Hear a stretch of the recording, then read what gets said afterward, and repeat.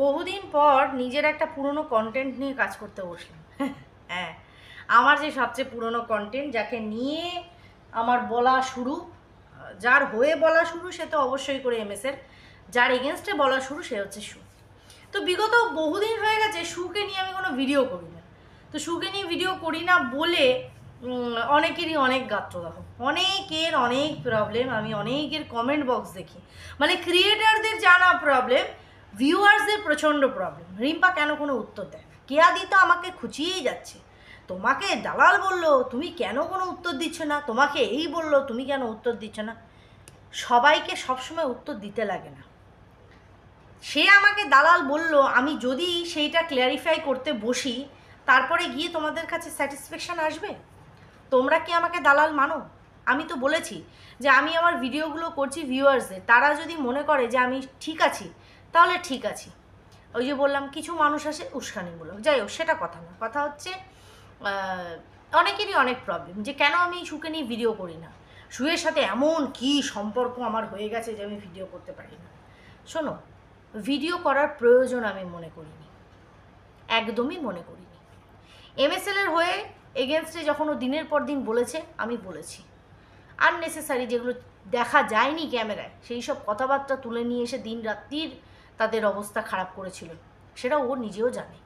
তার মাসুল আজকে এই কেসের চক্করে ওকে আজকে ঘুমতে হচ্ছে। এই যে আজকে ওর মুখে চোখের মধ্যে একটা ছাপ, আমার কারোর সাথে কোনো ভেতরে যোগাযোগ নেই, আমি বলছি না এমএসএলের সাথে কোনো যোগাযোগ আছে, না এমএসএলের লিগাল কোনো টিমের সাথে আমার কোনো যোগাযোগ আছে যে আমি তোমাদের থেকে মানে কাছে আমি ভেতর থেকে কোনো খবর এনে দিতে পারবো। ঠিক আছে, অনেক তো সবার সাথে সম্পর্ক রাখলাম, বেশি সম্পর্ক রাখতে গেলে বেশি গুলিয়ে যায়। ওই কাছে থেকে মনের অমিল থাকার থেকে দূরে থেকে ভাই মনের মিল থাকা আমি মনে করি বেটার। আর মতবিরোধ, ওয়াইটিতে যখন এসেছি মতবিরোধ হবেই। নিজেদের পার্সোনাল লাইফে যাদের সাথে আমরা দিন কাটাই তাদের সাথেই আমাদের মতবিরোধ হয়ে যায়, তা এরা তো অচেনা মানুষ, এরা তো আমাদের কাছে কোনো ম্যাটারের বস্তু না। আজকে এখন যদি মনে করি যে এখন আমাকে শুকে গালি গালি দিতে হবে, কিন্তু আমি যে ওকে গালিটা দেবো কিসের ওপরে? গালি না দিয়েও এমন এক কথা অনেক বলা যায়, অনেক বলা যায়, যেগুলো আজকে আমি নিয়ে বলবো। কারণ বহুদিন পর, হ্যাঁ বহুদিন পর শুয়ের কালকের ভিডিওটা আমি পুরো মন দিয়ে শুনলাম।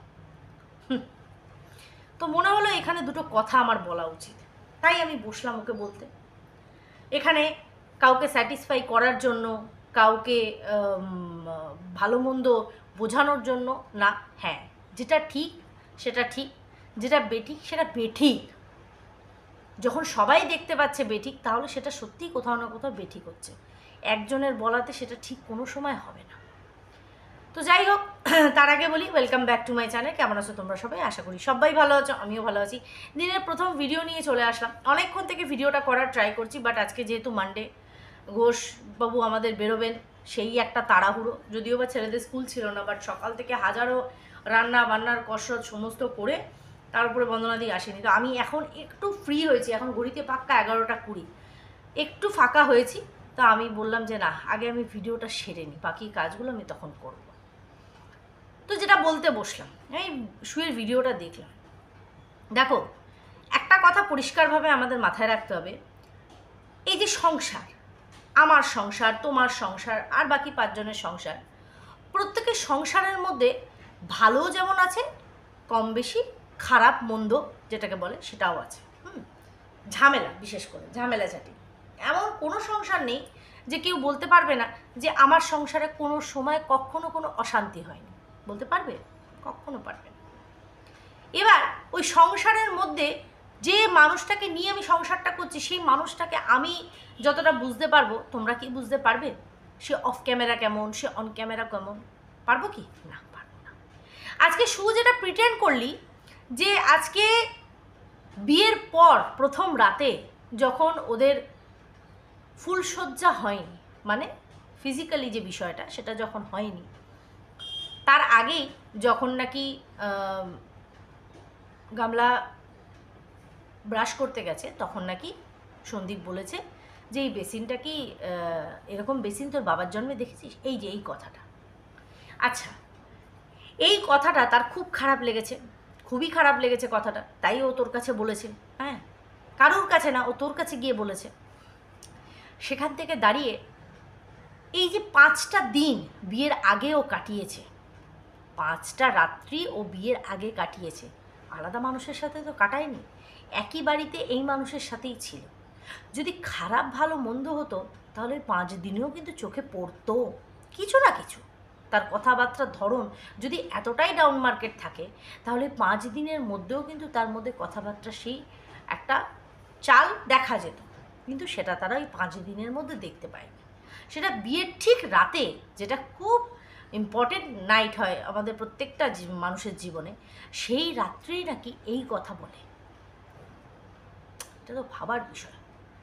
আজকে যে মেয়েটা দিনের পর দিন ভীষণ ছোট ছোট বিষয় প্রচুর পরিমাণে মিথ্যে কথা বলেছে, আজকে তুই উইদাউট এনি কোনো প্রুফ, কোনো রকম প্রমাণ ছাড়া ওর মৌখিক কথায় কি করে তুই বিশ্বাস করে নিলি যে আজকে সন্দীপ সত্যিই এই কথাটা ওকে বলেছে? যেমন আমরা ওখানে ছিলাম না, আমরা যেমন জানি না যে এটা সত্যিও তো হতে পারে, ঠিক সেই রকম এটা মিথ্যেও তো হতে পারে। পারে না কি? অবশ্যই পারে। তারপরে এই যে শান্তিতে ওই জায়গাটা বসবাসের যোগ্য ছিল না গামলার জন্য, বাতকুল্লার ওই বাড়িটা বসবাসের যোগ্য ছিল না তোর কথা অনুযায়ী।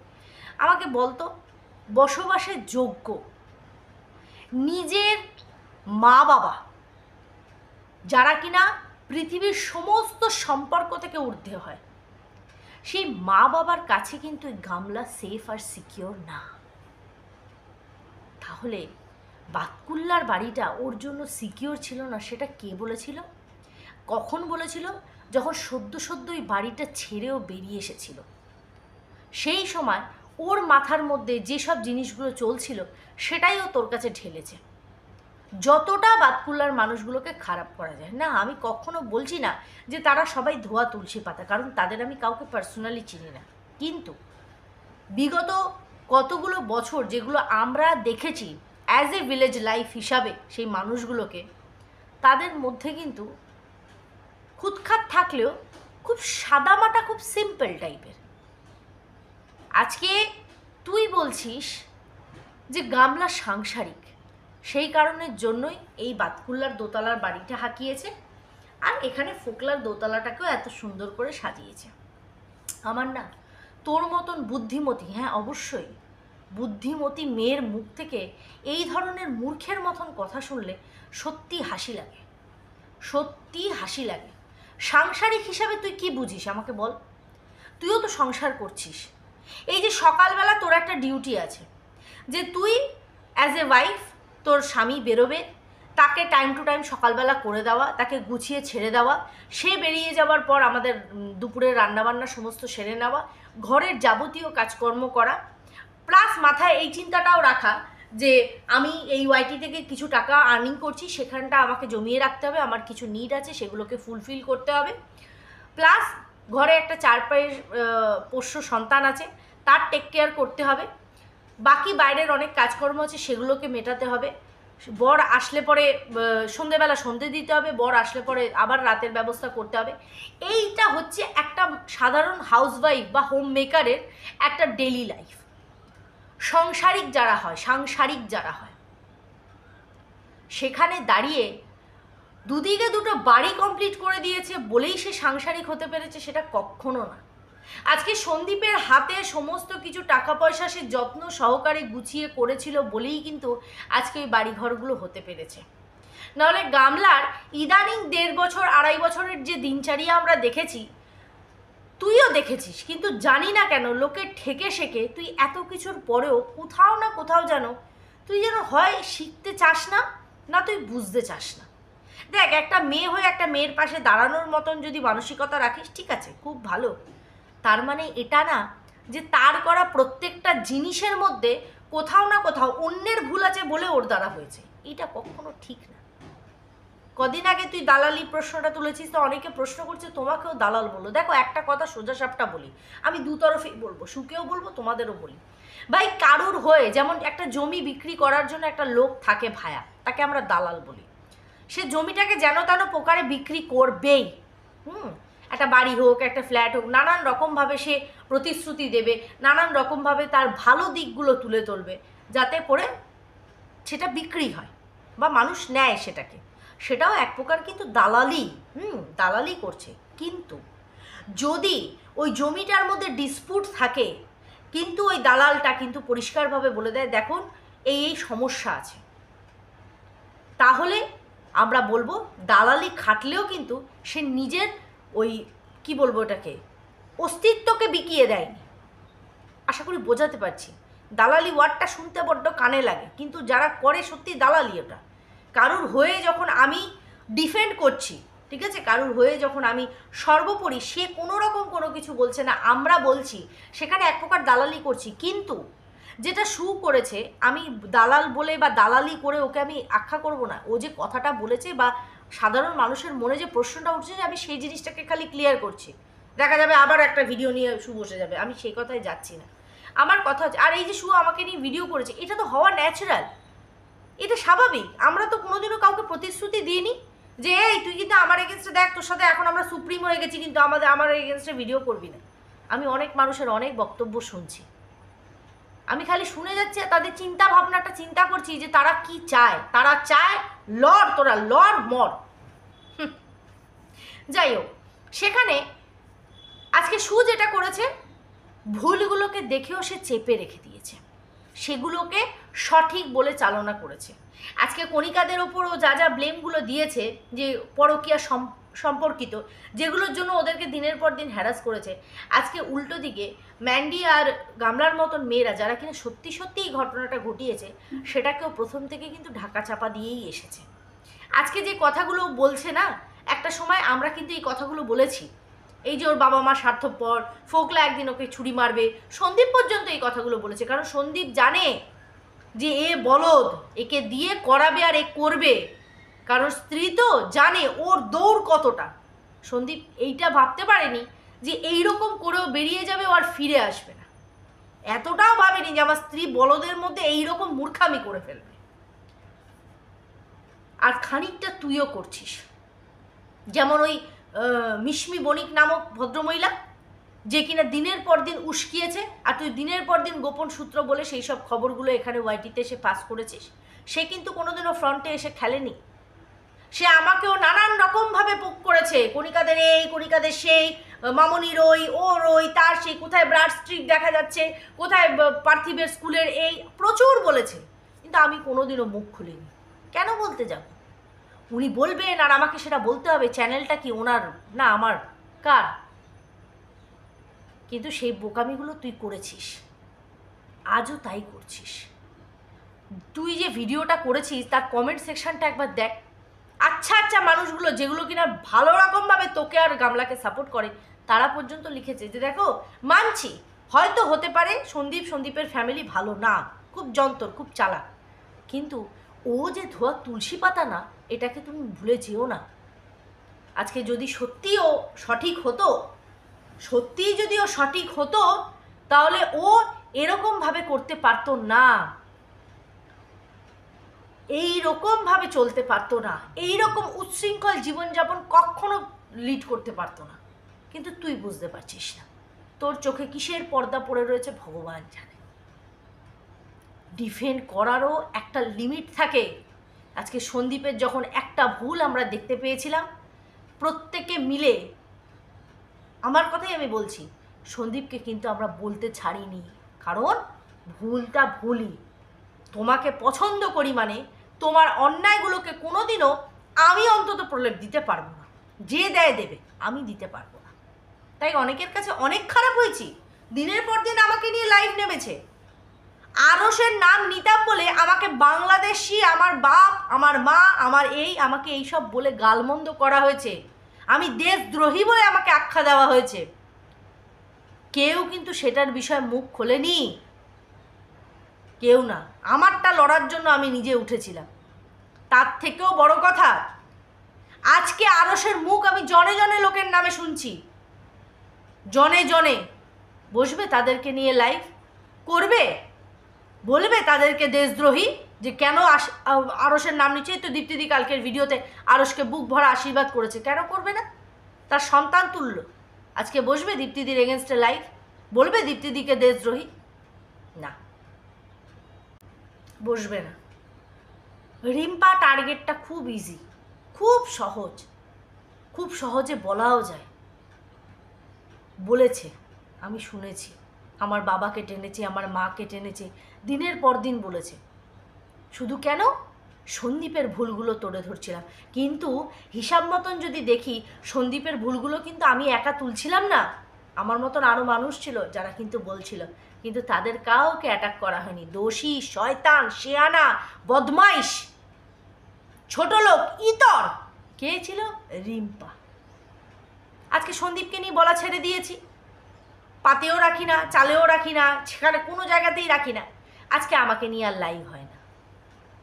আমি যদি কাল বলা শুরু করি, কালকে থেকে আবার লাইভ হবে। আবার যদি আরসের গুণগান করি, এখন যদি আরসের নাম করি, কেউ কোনো কিছু বলবে না, কারণ এখন আরস টিনারগুলো বলছে, সন্দীপের বলছে না।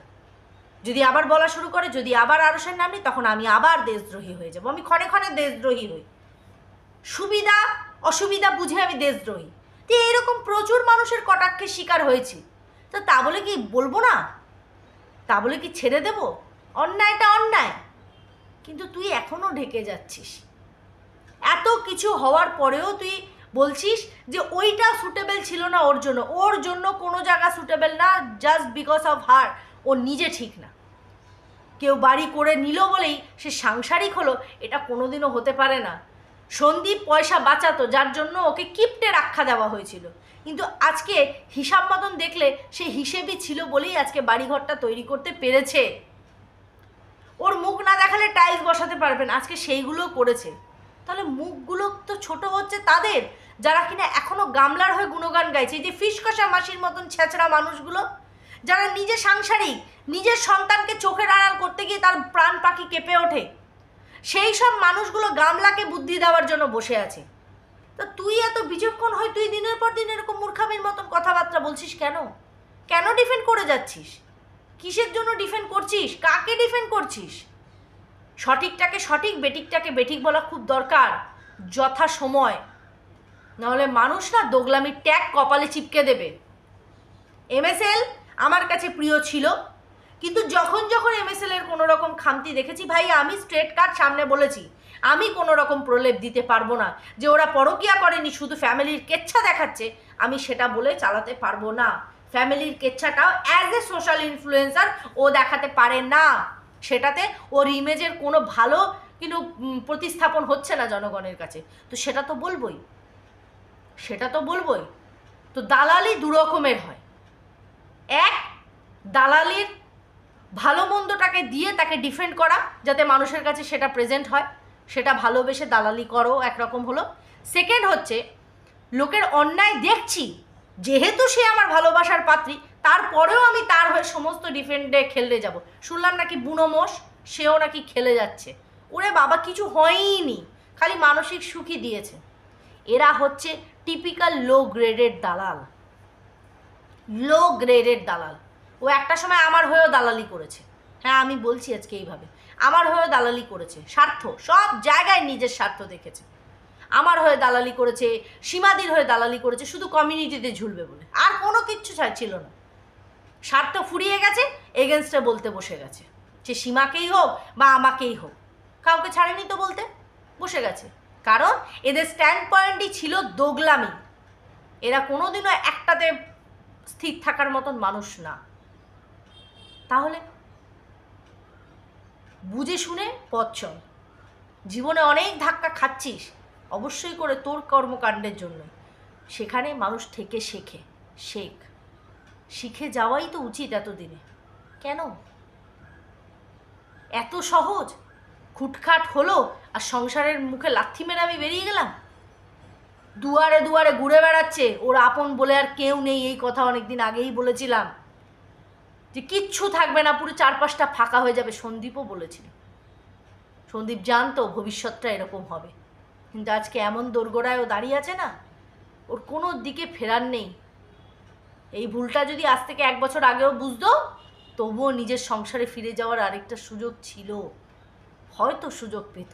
এখন না আছে ওর মুখ, না আছে ওর বলার কোনো জায়গা, আর না করবে সেই জায়গাটা ফুলফিল সন্দীপ। তাহলে অন্যায় অবশ্যই করে ওই করেছে, কর্মফল একটা সন্তানের আর্তনাদ নেই, যে কিনা তখনও মায়ের দুধ খাওয়া ছাড়েনি, কিন্তু মা তাকে ছেড়ে দিয়ে চলে গেছে অবলীলায়, একটা বারের জন্য তার কথা বলেনি, আর লোকে ওকে লুটে খাচ্ছে। ওর পয়সা, যে পয়সার জন্য সন্দীপকে 4টে কথা শুনতে হয়েছে তোদের কাছ থেকে, যে ওর অ্যাকাউন্ট থেকে 4.5 লক্ষ টাকা সরিয়ে নিয়েছে, আজকে সেই টাকাগুলো লুটে পুটে খেয়েছে। এদেরকে কি বলবি, এরা তো ডাকাত। সে বগদাদাই হোক আর ফোকলাই হোক, ফোকলা তো চোর ছিলই, এরা তো ডাকাত কোয়ালিটির। আর তার মধ্যে তো গোদের ওপর বিস্ফোরা ওর ফ্যামিলি, মা বাবা দাদা বৌদি সব ব্যাগ গোয়ালের গরু, খালি দাও। নাহলে মেয়ের দুর্দিনে মা নতুন ফোন কেড়ে, আর তার থেকেও বড় কথা দাদার বিয়ের হোম লোন, দাদার বিয়ের জন্য লোন তুলেছে, সেখানে প্রতি মাসে 18,000 টাকা দিতে হয়, 10,000 টাকা নাকি গামলা দেয়। বাহ, যে দাদার বিয়ের ভাতটুকু ওর মুখে জুটলো না, জুটলো লাথি যেটা, সেইখানেও 10,000 টাকা করে লোন শোধ করছে দাদার বিয়ের সময় তোলা লোন। এই তো ওর কপাল। তারপরেও ডিফেন্স করিস? ডিফেন্ড করার তো কোনো জায়গাই নেই। মাঝে মধ্যে খারাপ লাগে, তারপরে নড়ে বসি কখন বলতো, যখন কৃষুর মুখটা চোখের সামনে ভাসে, যে না খারাপ লাগার তো কোনো প্রশ্ন নেই, কারণ ওর কোনো সময় খারাপ লাগেনি যে আজকে আমি আমার ছেলেটাকে ছেড়ে দিয়ে চলে এসেছি। আমি শুধুমাত্র ভিডিও করার জন্য ভিডিও করি না, আমি বড্ড বেশি ইনভলভ হয়ে পড়ি বিষয়গুলোতে, যার জন্য আমার খারাপ লাগে প্রচণ্ড। মানুষ হিসাবে যদি গামলার দিকে তাকাই, তখন একটা মেয়ে হিসাবে তখন খারাপ লাগে যে কি পরিস্থিতি, আজকে নিজের পায়ে নিজে কুড়ুল মেরেছে। উল্টো দিকে যেই কৃষুর মুখটা দেখি, তখন ওর ওপর ধিক্কার আসে, গালি বেরোয় মুখ থেকে, যে তোর এইটাই প্রাপ্য ছিল। তো এখনো সময় আছে, বোঝ বোঝ বোঝ। চলো বন্ধুরা, ভিডিওটা এখানেই এন্ড করছি। সবাই খুব ভালো থেকো, সুস্থ থেকো। অবশ্যই করে দেখা হচ্ছে নেক্সট রাইডের ভিডিওর সাথে। ততক্ষণের জন্য